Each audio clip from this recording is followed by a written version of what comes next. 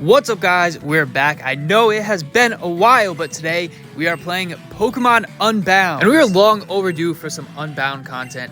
I know a lot of you guys are saying, when are you going to play Unbound again? It's been so long, but trust me, guys, this is probably my favorite ROM hack of all time. I'll never abandon this game, and as long as there's stuff to do in the post game, I'm going to keep playing it as long as you guys want to see it. But as for today's video, you guys can probably already tell what time it is. We're about to rematch Big Mo, and Big Mo is regarded as one of the harder gym leaders in the game. This is insane mode, of course, so we're in for a good fight. So here we go. Big Mo leads with the Mudsdale, and we're going to start with Fraligator. Now, Big Mo had a Mudsdale on his old team, and he does have a couple of his old Pokemon, but for the most part, Big Mo's team got a total revamp and has a ton of legendaries now. Now, right away, we're going to make a switch out. Turn 1, Mudsdale always switches out against Fraligator and goes into Kyogre every time. So we're going to preemptively make a switch of our own and go into Magnezone. But of course, this isn't just ordinary Kyogre, it's Primal Kyogre, as if regular Kyogre wasn't bad enough. Kyogre summons the Heavy Rain, and by the way, the rules for this fight are the same as the original Big Mo battle. Heavier Pokemon move first. And as you can probably guess, Big Mo has all of the heaviest Pokemon in the game. Kyogre goes for the maximum power Water Spout, also boosted by the rain. This is going to deal huge damage to Magnezone, but luckily we survive thanks to the Sturdy ability. We're going to retaliate with the Mirror Coat, dealing double damage to what he dealt to us, and Kyogre goes down in one shot. Having stuff like Sturdy and using Focus Sash is so important when you're battling against Pokemon that can just dish out massive damage. Not to mention, they're always going to move first, so you need something that allows you to survive a hit. So here, Guzzlord comes out next, goes for the Core Enforcer, and Guzzlord is another one of Mo's original Pokemon that he's using on the new team as well, but we're just going to let Magnezone fall here. Not much else we can do about that. And Guzzlord's going to get his Beast Boost, boosting his special attack, and this thing can be really dangerous. So we need a super powerful Pokemon that's able to deal with this, and we bring out our level 60 top percent Raticate to get the job done. Guzzlord goes for the Sludge Wave, and this can actually be really bad. Sludge Wave has a 10% chance to poison, and if it does, it's going to screw up our whole plan. But luckily, we dodged the poison, survive thanks to the Focus Sash, and get off the Endeavor. Bringing Guzzlord down to exactly 1 HP, oldest trick in the book. All we need is a priority move now. We go for the Sucker Punch, and Guzzlord goes down. Sometimes you just gotta go back to basics, you know what I mean? A lot of times in these endgame battles, really hard battles, people get lost in the sauce and try to overthink and overcomplicate things. But anyways, we're going to gain a couple levels here after defeating a level 100 Pokemon. We see the Metagross come out next. Now, it's not even worth it to go for Sucker Punch here. It is super effective, but a 40 level difference here, it's going to do negligible damage.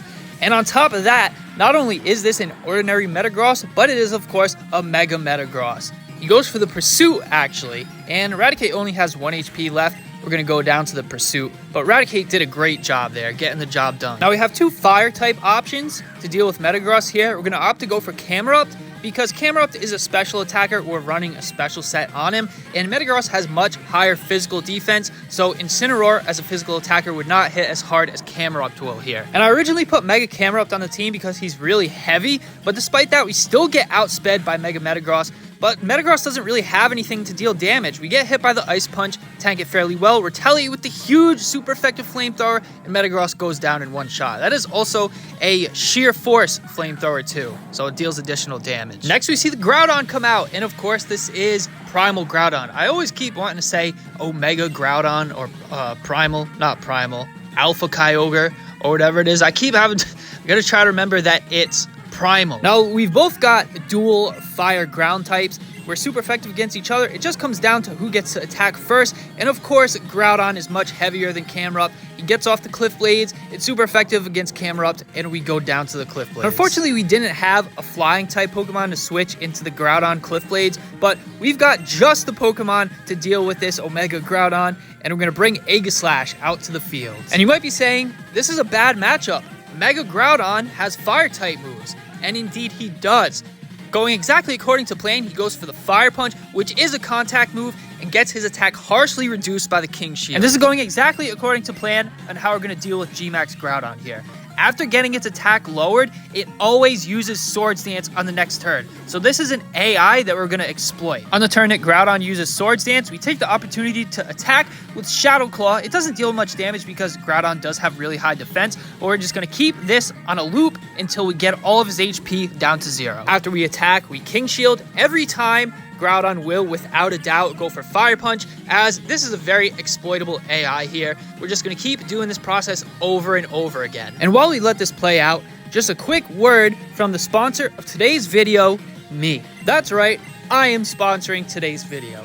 And if you'd like to support the channel to allow me to sponsor future videos like this, all you have to do is hit that subscribe button. It helps out more than you know, and I appreciate each and every one of you's continued support. We're at around 900 subs right now. My goal for the end of the year is to get it up to 1,000. This is the first really big milestone. I'm so excited how far the channel has come. I never would have thought. And I'm excited on how far I want to take this channel in the future. Also, once we hit 1,000 subs, I'm going to be doing this channel's first ever live stream. And what is the live stream going to be? Well, Big Mo is just one gym leader, and he's really tough. But what's even tougher than that?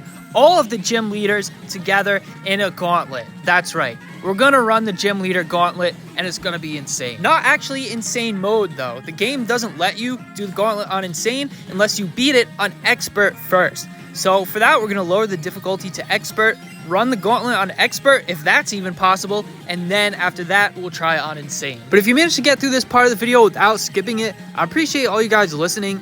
And let me know in the comments what you think about the live stream and doing the gym leader gauntlet. All right, now back to the battle here. We're just about finished with Groudon, and this part took a while. I honestly was going to fast forward through this part, but I didn't expect the ad to take that long. I know these turns are really repetitive. You got the sun animation, you got a King Shield every turn, but here we could have Shadow Sneaked, gone for the Shadow Sneak and save a turn, but we opt to play it safe instead. It's not worth it. So we just King Shield as always and finish it off with the Shadow Claw. And because we played it really safe with Groudon, we've still got Aegislash at full HP here. Again, that AI is very exploitable, but we're in a good position here, and we see the Mudsdale come back out. And this, again, is not the best type matchup for Aegislash, but we want to stay in here and keep our momentum. We're going to be able to tank at least one hit here. First, we're going to King Shield, and I don't actually know if Mudsdale knows any contact moves. Unfortunately, it just goes for the Earthquake, and we're not able to lower his attack. And it might know Body Press or something like that, so it's worth it to at least try to King Shield, but it goes for the Earthquake again. It's going to be super effective,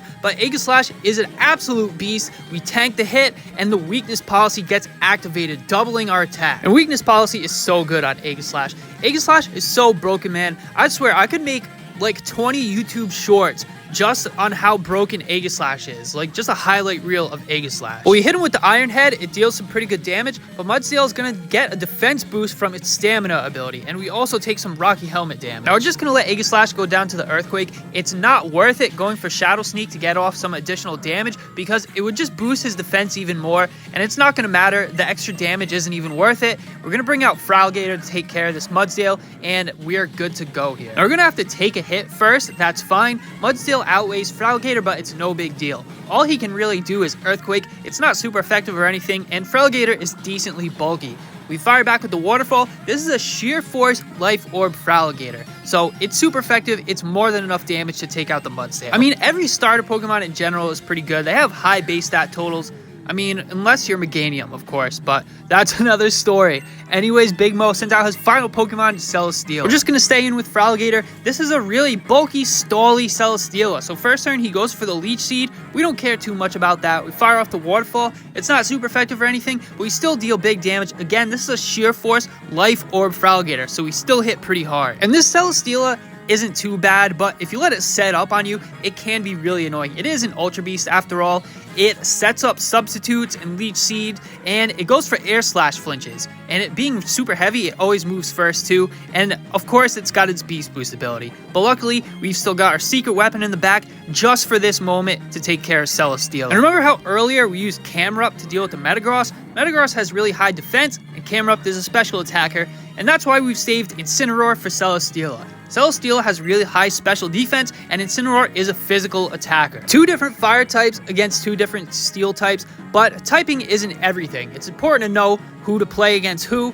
We bring out the Incineroar, go for the Fire Gem boosted Flare Blitz against Celesteel's relatively low physical defense, is super effective, and Celesteal goes down to the Flare Blitz. And that is the Gym Leader Mo post-game rematch, GG. And that's it for this one, guys. As always, Unbound Insane Mode never disappoints. This was a really tough battle, really fun as well, so I hope you guys had as much fun watching the video as I did doing this battle. Let me know in the comments what Gym Leader rematch you want to see next, or what other Unbound content do you want to see as well. But that's it for this one, guys. As always, thank you all so much for watching, and see you next time.